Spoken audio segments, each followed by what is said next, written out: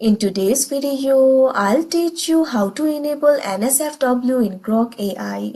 So first of all, launch open any browser of your choice. You can see over here I've opened Google Chrome. Now click on the search bar and type in grok.com, or you can also open the Grok AI application if you want. Now you can see over here you'll be led to the official website of Grok. Make sure you're logged into your account. So if you want to enable the NSFW content, it is actually very simple. First of all, make sure your age is more than 18. So for that, what you have to do is click on the profile icon that you can see right over here on your screen. Now click on this option settings that you can see on the screen.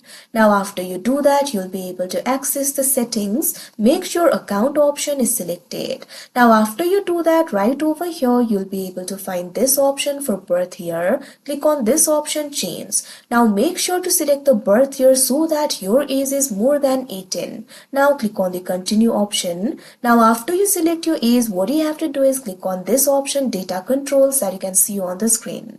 Now after you do that, you'll be able to find various options related with data control. Right over here, you'll be able to find this option for allow NSFW content. If you enable this, it will display the media that may contain NSFW content. You must be 18 years or older to enable this setting. So what you have to do is toggle this button on.